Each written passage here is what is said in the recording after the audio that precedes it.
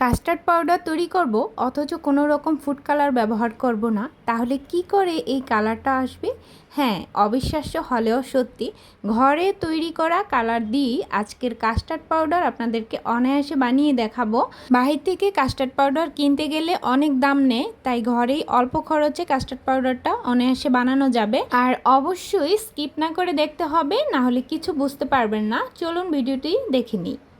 প্রথমে আমি এই কালারটা যে আনবো তার জন্য কি নিয়েছি বলেন তো? একটা গাজর নিয়েছি।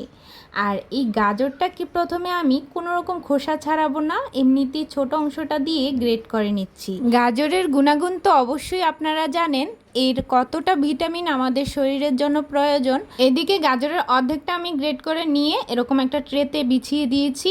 আর আমি কিন্তু ভালো করে এগুলোকে শুকিয়ে নেব।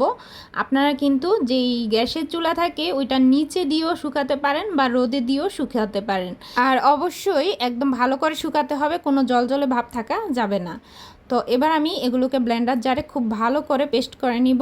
আর দেখুন একদম মিহি পেস্ট হয়েছে, যেহেতু গাজরটা খুব ভালোভাবে শুকানো হয়েছে তাই কিন্তু পেস্টটা এরকম হবে। কাস্টার্ড পাউডার তৈরিতে সাধারণত এরকম অরেঞ্জ ফুড কালার ব্যবহার করা হয় বা জর্দা রঙটা ব্যবহার করা হয়।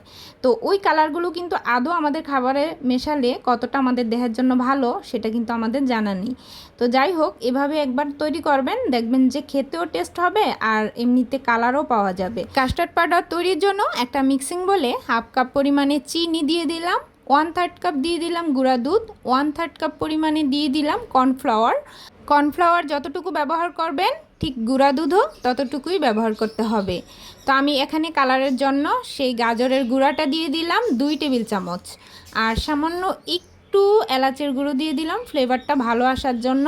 চাইলে এখানে ভ্যানিলা এসেন্সটাও দেওয়া যাবে।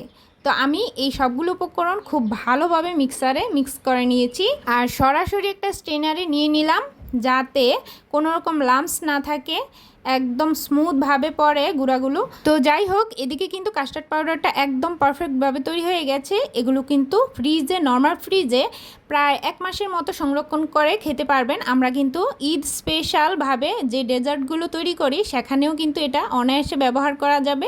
আর যে কোনো ডেজার্টের ক্ষেত্রেই আমরা এই কাস্টার্ড পাউডার দিলে ডেজার্টের টেস্ট কিন্তু আরও বেশি ভালো আসে। তবে বাইরের ফুড কালার দিয়ে যে কোনো কিছু করাই মনে হয় না ভালো হবে। আর অবশ্যই বাসায় এটা ট্রাই করবেন। যদি রেসিপিটি ভালো লাগে অবশ্যই কিন্তু একটা লাইক করে দিবেন, চ্যানেলটি সাবস্ক্রাইব করে বেল আইকনে অলে প্রেস করে রাখবেন। আজকের মতো এ পর্যন্তই, টাটা।